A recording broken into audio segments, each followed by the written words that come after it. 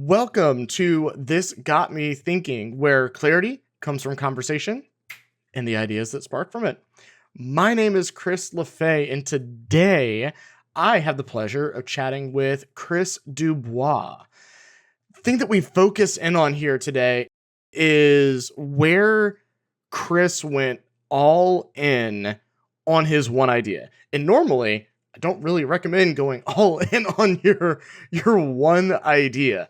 However, he had an immense amount of clarity of where he wanted to head and how he wanted to serve people. And even though he had this very laser focus, there was still a lot that he learned in this process. I'll let him tell a story. What was kind of the impetus for getting your own thing started? I got to give you the PG version for this one. I realized after running or being the CEO of an agency and feeling like working 50 plus hour weeks every week, while simultaneously juggling, family responsibilities. I still am in the Army, was in the Army then too. Having to do all these things, it's like, this just isn't feasible for the lifestyle that I actually want to build towards. And it wasn't my agency. Like, I was working for someone else, right? There was a different founder. And so I didn't have the ability to say, hey, we're restructuring, which is what I really wanted to do. And so it's like, well, I either grit it out and keep doing this, or I go start my own thing. And so I said, you know what? Time to give this a go. And actually on that, when I first said it, I was on the fence. I sat down with my wife and said, what do we need in order to know that this is the right call? And she said, if you had like a $3,000 contract now, then I think we could figure it out. That would be enough for us to say, like, yes, let's try this. And that same day, I actually had a past client, reach out to me, say, hey, could I hire you for $3,000 to do this? And it was just like the same day. And I was like, what are the odds, right? And so if you need a sign, I don't know that I believe in that. So for you, what was the kind of that crux challenge that you had to deal with going into actually growing this thing by yourself for the first time? Yeah. So the biggest challenge at the time, and it's probably the same thing that a lot of businesses fall into when they're starting, is like, I need people to market to, and you have no list. And so I couldn't take the list with me when I left the agency because I didn't actually own that list. And so I had to just figure out what do I have to do in order to very quickly have people that could potentially buy from me. And so, that's what kicked off the All-In Agency Summit. So that was the solution, was the All-In Agency Summit.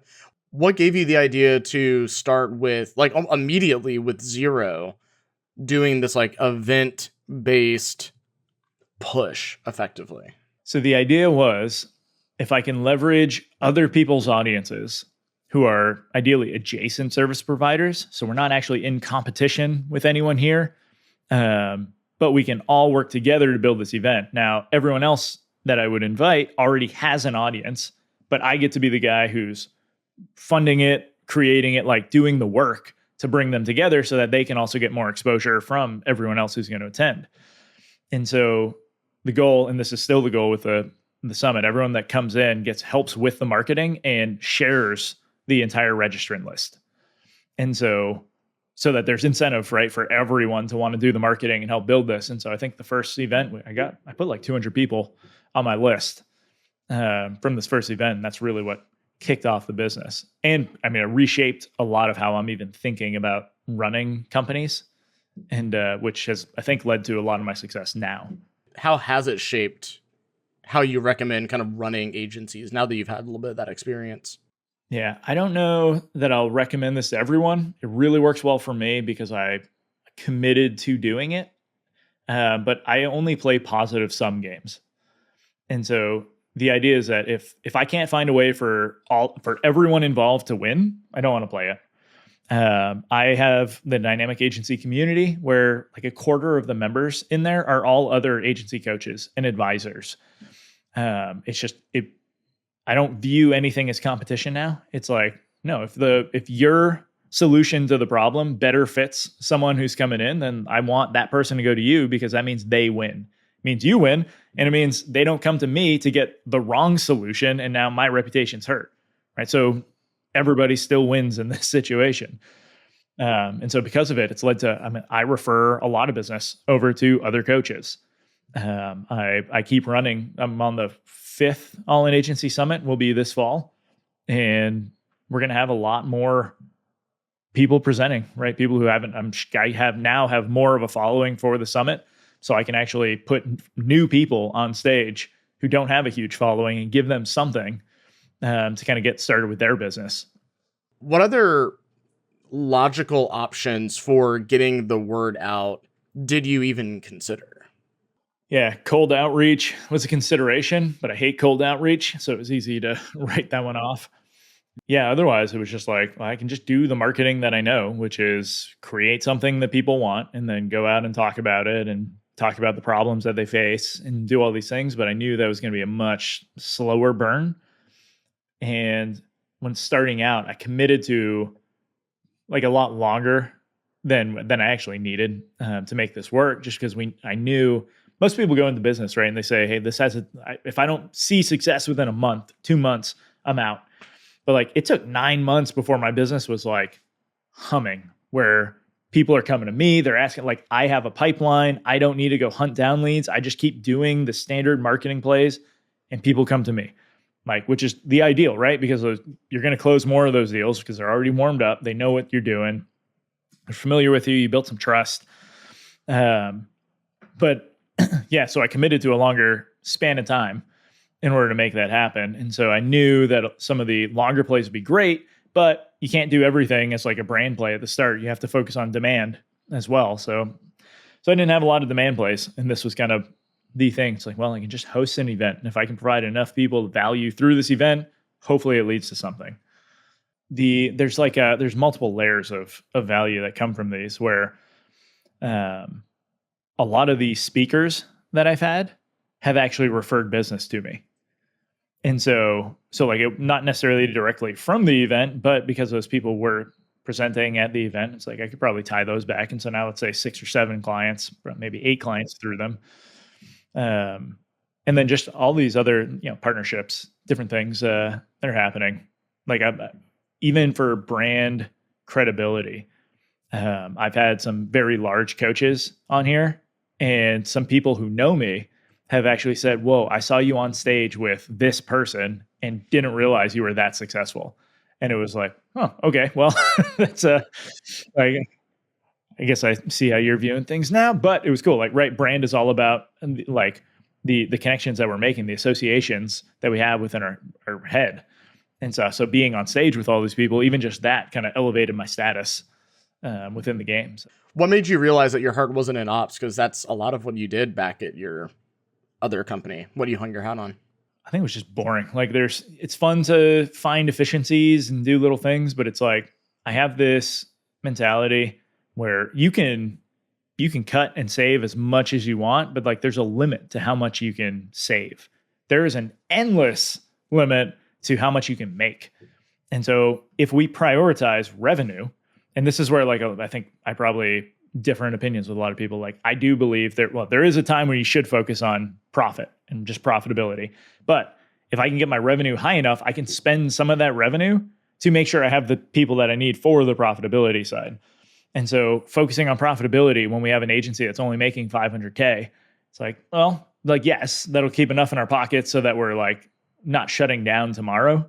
But if we kept the same profit margin, but doubled the amount of revenue we're making, it's like, now we're sitting a lot prettier, right? We're feeling a little more happy. And I can take some of that profit now and throw it into hiring someone who can just make us more profitable. And then start worrying about those things. But I'm not worried about percentage points if I'm a sub $1 million agency.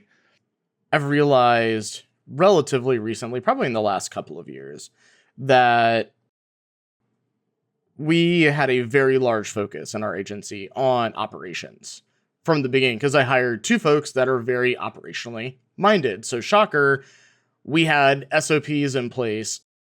way before most agencies our size even know what the definition of an SOP is. I'm not sad about that. I'm glad that we have them. But I agree with you. Typically, it's a sales problem. And two of my mentors and advisors that I've had over the years, they've lasted 5, 6, 7 years, both of them. The through line of the conversations that they've had with me is it's a revenue problem. It's a sales problem. It's not operations. It's not expenses. Just don't have enough revenue. You're doing, like, if you were to just have more revenue, your cost wouldn't change that much. You're doing fine. You just need more money in your bank account. And talking with some agency owners that are a couple steps, not below where I'm at, but haven't gotten to where I'm at yet, it's 100% the case. And I hear them talk about all the time of ways that they can make their time more efficient and how they can standardize things and this, that, and the other and blah, blah, blah. And there is 100% a reason to focus on that when you're tiny, making sure that you're not sitting here wasting time doing 15 rounds of revisions on things, making sure they have the right blockers in place internally. But you don't need to AI-atize and create unlimited zaps and Zapier to literally just take a signed contract and create a project in your project management system. You literally are trying to automate a 15-second task. We don't need to be doing things at that level here. Like, focus on revenue, stumble on pebbles, fall down some. It's okay. You need more money. How would you say that your leadership style has shifted since you have been mentoring and working with all these different agencies? You've now had to market yourself and do things. What has changed in you the most? So from a leadership perspective, I am providing way more context before asking someone to do something.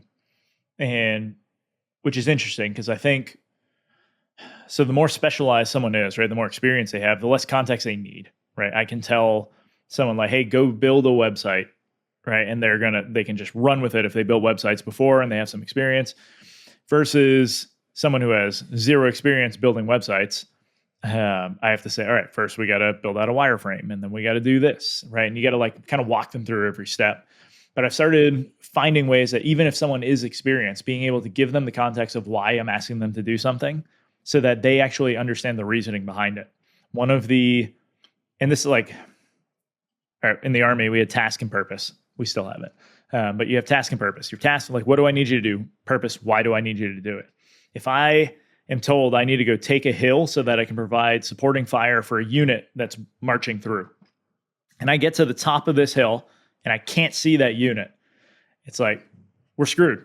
So I can either get on the radio, call up, send it up like, hey, I can't see anything. What do you want me to do? They'll send it all the way back down and then I'll take action. Or I can say, well, the purpose was to be able to provide like Overwatch for these guys. So let me actually go take this hill that's nearby and stuff. I'll still report it up, right? Like, hey, I'm going to do this instead. I'll go take that hill. Now I have Overwatch, mission is accomplished. And I never had to go send this all the way back up. And so I've always been like, I loved taking the task and purpose concept into the agency space, where every task that we had would have a what, why, and how included in it, no matter what. I literally made it a rule in the company that if you get a task from someone, it doesn't have a what, why, and how in the task description, send it back. Like, we're not doing it. And just doing that added a ton of clarity. But I've realized in giving just like, which it's great if you're using a project management tool to like work through all these things. But when I'm just talking to someone on a coaching call, right, it's like there wasn't the context being provided. And so that's something that I've really doubled down on. I think of just like, here's why we actually want to do this so that you can understand it, because you might see some other things that are happening within your own business where this applies. And now we can actually get more value from what we're talking about. And then if you follow the 10-80-10 rule, which I'd strongly recommend every leader use, you give 10% of the time goes to giving someone context.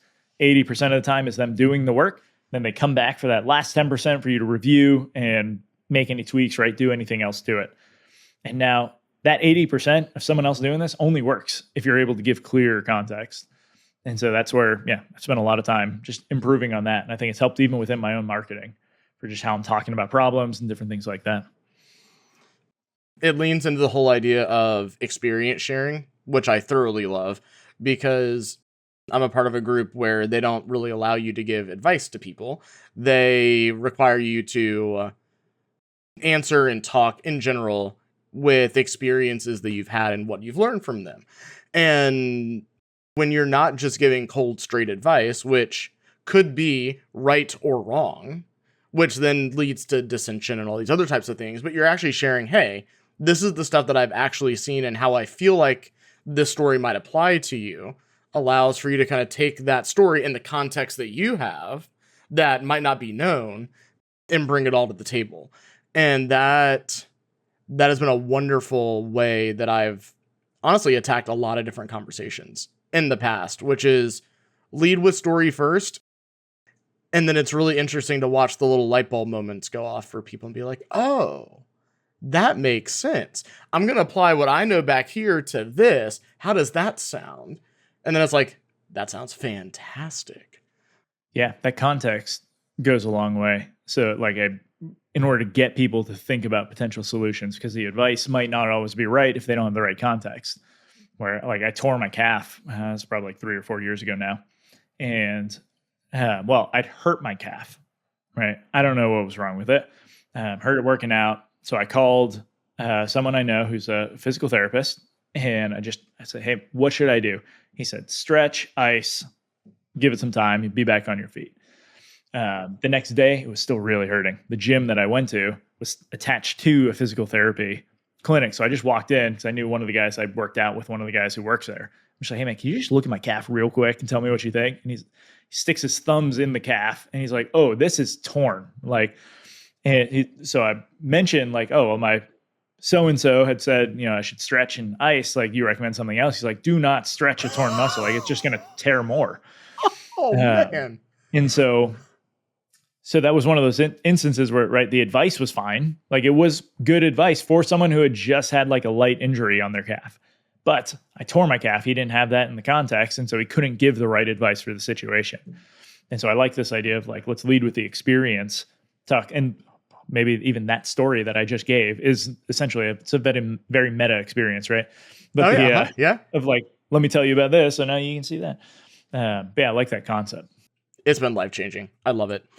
So kind of thinking back to where you got started, is there something that you wish that you knew then that you know now that you wish you had been able to apply back when you were getting started?